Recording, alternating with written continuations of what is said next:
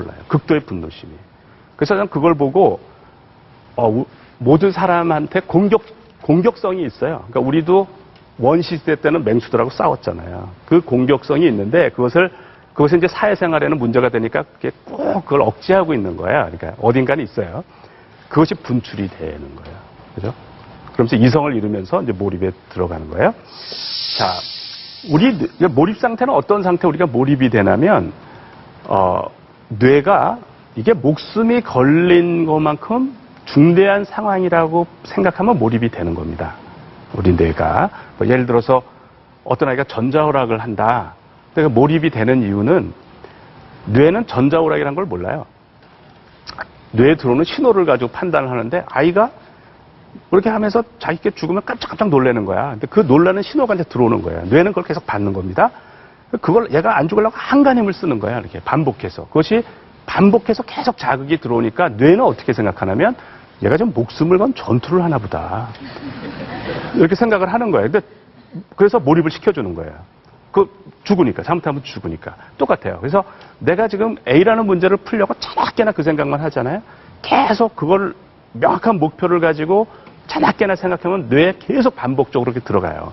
그럼 뇌는 어떻게 생각하냐면 이 문제를 해결 못하면 얘 죽나 보다 이렇게 생각을 해요. 그래서 모든 것을 잊고 그것만 생각하게 만들어주는 거예요. 그 상태가 몰입 상태인 거예요. 그러니까 우리가 그걸 잘 이해하고 활용하면 되는 거죠. 그러니까 뇌가 목숨이 걸린 거지 나는 목숨에 걸린 게 아니죠. 그죠? 전자오락을 하는 아이가 자기는 목숨이 걸린 게 아니죠. 자기는 전자오락을 즐기는 거죠. 나도 똑같아요. 이 상태를 즐기는 거예요. 편안한 마음으로 뇌만 그렇게 비상사태가 발동되게 만들어 놓는 겁니다. 자, 그럼 이런 상태에서 우리 뇌는 어떻게 대응하느냐? 나는 계속 A라는 문제를 생각하는 거예요. 뇌는 이 문제 해결 못하면 죽어.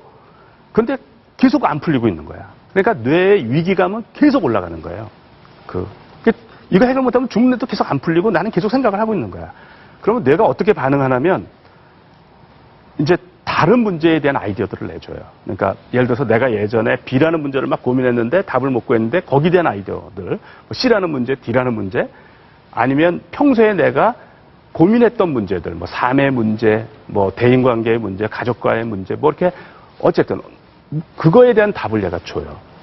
그래서 그 다른 문제에 대한 해결책과 아이디어가 막 쏟아지는데 어떤 느낌이 드냐면 나는 마치 뇌가 이제 죽게 생겼는데 해결 못하면 죽은인데 A라는 문제는 어려워서 안 풀리고 있는 거야. 그러니까 다른 문제를 이렇게 해결책을 주면서 혹시 이걸로는 안 되겠니? 나한테 아부를 하는 것처럼 느끼는 거야. 그러니까 뇌가 목숨이 걸린 상태에서는 풀리는 문제들이 있는데 그것들이 다 아이디어가 나와요.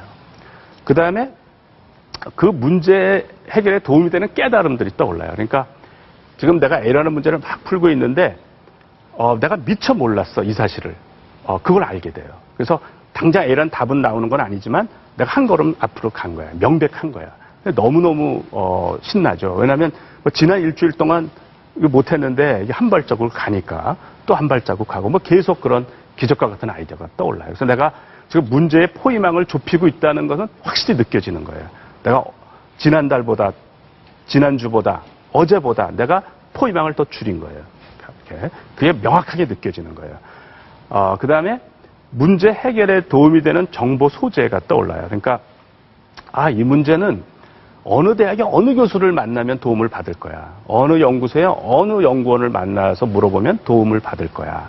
라는 것이 그것도 아주 기적과 같은 아이디어. 내가 그 생각을 미처 못했는데 가만히 생각해보니까 그래. 그 사람을 만나면 틀림없이 도움을 받을 것 같고 이거는 어떤 책에 어떤 챕터를 보면 도움을 받을 거야.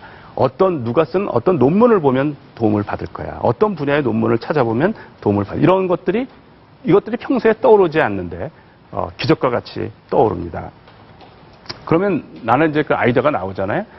그러면 떠오르는 아이디어를 주워서 담으면 돼. 그냥 적으면 되는 거예요. 이게 두뇌 활용법인 거예요. 우리 두뇌. 그러니까 굉장히 신나면서도 내 두뇌를 100% 활용할 수가 있는 거예요.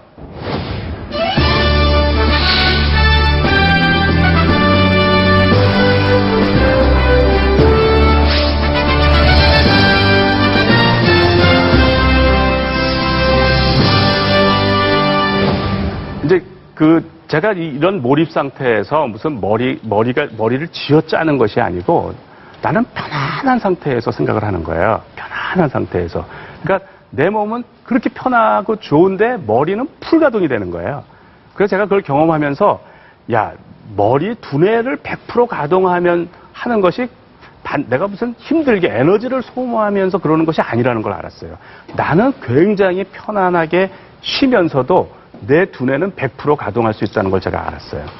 그래서 제가 이거를 보통 사람들은 이제 각성에 의한 집중이라고 그러는데 이완에 의한 집중이라는 말을 제가 만들었어요. 그래서 우리가 이렇게 테니스를 치거나 이렇게 할 때는 각성에 의한 집중인데 이완에 의한 집중의 대표적인 것이 명상이죠. 그러니까 제가 지금 하는 그 슬로우 싱킹이 이완에 의한 집중이에요. 명상하고 거의 비슷해요. 명상을 하는데 그 명상하는 대상이 문제를 풀려는 생각이라고 그것만 바꿔놓으면 되는 것 같아요. 편안하게. 근데 명상을 하면 이제 가부좌를 하고 이렇게 하는데 저는 더 편하게, 저는 뭐 가부좌를 못하니까 편안한 의자에 앉아서 이렇게 합니다. 그래서 이제 편안하게 하는데 제가 이제 학생들한테 슬로우 싱킹 방법을 설명을 해줘요. 그러니까 걱정도 하지 말고 근심도 하지 말고 문제에 집착하지도 말고 그 문제를 집착하지도 말고 결과에 집착하지도 말고 그 대신 목숨을 건 전투를 하듯이 절실하게 해라. 그게 슬로우 싱킹이다. 그러면 학생들이 어떻게 하려는지 모르겠대. 어떻게 걱정도 하지 않고 근심도 하지 않고 결과에 집착도 안 하면서 어떻게 절실하게 할 수가 있습니까? 그래서 제가 늘 그렇게 하는데 어떻게 그게 안 되나 하고 이제 고민하다가 어떻게 설명을 해야 애가 알아들을까 하다가 제가 한 가지 설명이 떠올랐어요. 예를 들어서 독실한 믿음이 있는 사람이라고 쳐요. 하나님을 믿는 사람이라고 쳐요. 근데 그 사람한테 큰 일이 떨어졌어. 그걸 해결 못하면 예를 들어서 큰 불이익을 받아요. 그러면 이 사람은 하나님을 믿기 때문에 걱정과 근심은 하나님한테 맡기죠. 그죠? 결과도 집착하지 않아. 하나님의 뜻에 처분에 따르죠. 그죠? 그런데 그 사람은 그럼 노력은 안 할까요? 자기 몫에 대해서는 최선을 다하죠.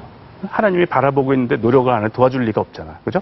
자기 몫은 최선을 다하는 거야. 걱정, 근심은 다 맡기고 결과도 집착하지 않고. 그 대신 내 몫은 최선을 다하는 거예요. 이것이 슬로우 싱킹의 방법이에요. 그러니까 진인사 대천명인 거예요. 진인사 대천명. 제가 슬로우 싱킹을 하는 그 자세를 제 사진을 했는데 이렇게 생겼어요. 제가 연구소에서 쓰던 의자인데 그걸 갖고 왔어요. 여기 목을 기대는 게 굉장히 중요합니다.